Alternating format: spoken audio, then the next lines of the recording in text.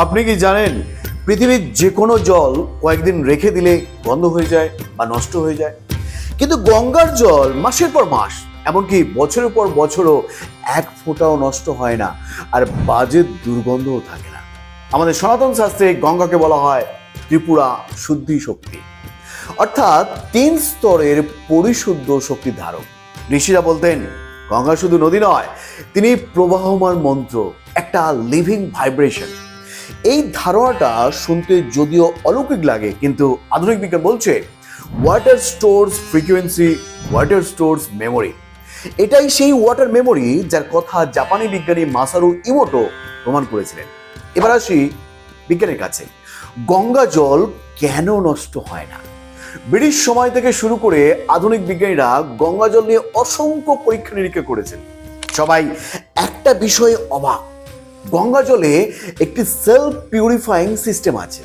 এই কারণেই এমনি কখনো গঙ্গা জল নষ্ট হয় না, কারণ anti bacterial agent bacteriophage Ganga জলে প্রাকৃতিকভাবে থাকে। অন্য নদীর জলে এগুলো খুব কম থাকে, কিন্তু গঙ্গা জলে প্রচুর পরিমাণে থাকে। এবার আসি গঙ্গা জলের সিলভার ওয়াটার রিয়াকশন নিয়ে। হিমালয় থেকে আসা পাথরগুলোতে মাইক্রোস্কোপিক সিলভার থাকে, যা জলের সাথে মিশে তৈরি হয় ন্যাচারাল অ্যান্টিমাইক্রোবিয়াল অ্যাকশন। এক কথায় গঙ্গা জল নিজেরা জীবাণু মারতে পারে। গঙ্গা জলে দ্রবীভূত অক্সিজেনের মাত্রা অত্যন্ত বেশি। গঙ্গা হলো পৃথিবীর কয়েকটা নদীর একটি যার জলে অক্সিজেন সলভেবিলিটি অস্বাভাবিকভাবে বেশি।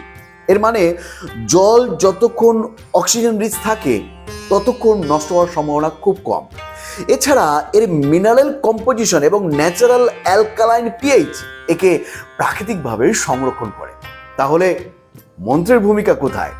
গঙ্গা জলের ওপরে যখন গঙ্গা স্তোত্রম, মৃত্যুঞ্জয় মহামন্ত্র বা গায়ত্রী মন্ত্র জপ করা হয়, তখন জলের উপরে প্রভাব পড়ে।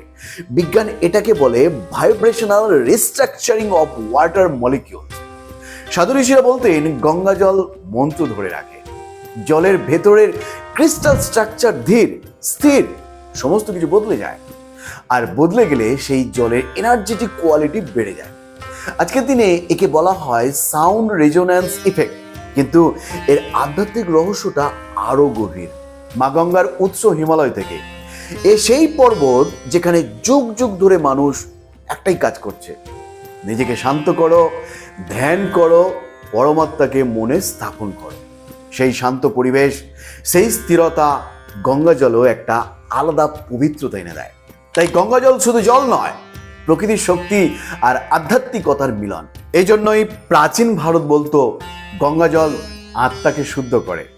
গঙ্গা দেহ নয়, মনকে পরিষ্কার করে। গঙ্গা জল ধরে রাখলে নেতিবাচকতা দূর হয়। আসলে এটা শুধু বিশ্বাস নয়, ওয়াটার এনার্জি ফিল্ড এবং স্পিরিচুয়াল ভাইব্রেশন, এ দুটোই একসাথে কাজ করে। সো বন্ধুরা, এই ছিল আজকে পরিবেশন। আজকে ভিডিও ভালো হলে অবশ্যই একটি লাইক করবেন এবং এই গুরুত্বপূর্ণ তথ্যটি যাতে সবাই জানতে পারে, ভারতবর্ষের প্রতিটি কোনায় কোনায় এই ভিডিওটি ছড়িয়ে দিন। ভালো থাকবেন, সুস্থ থাকবেন। ধন্যবাদ।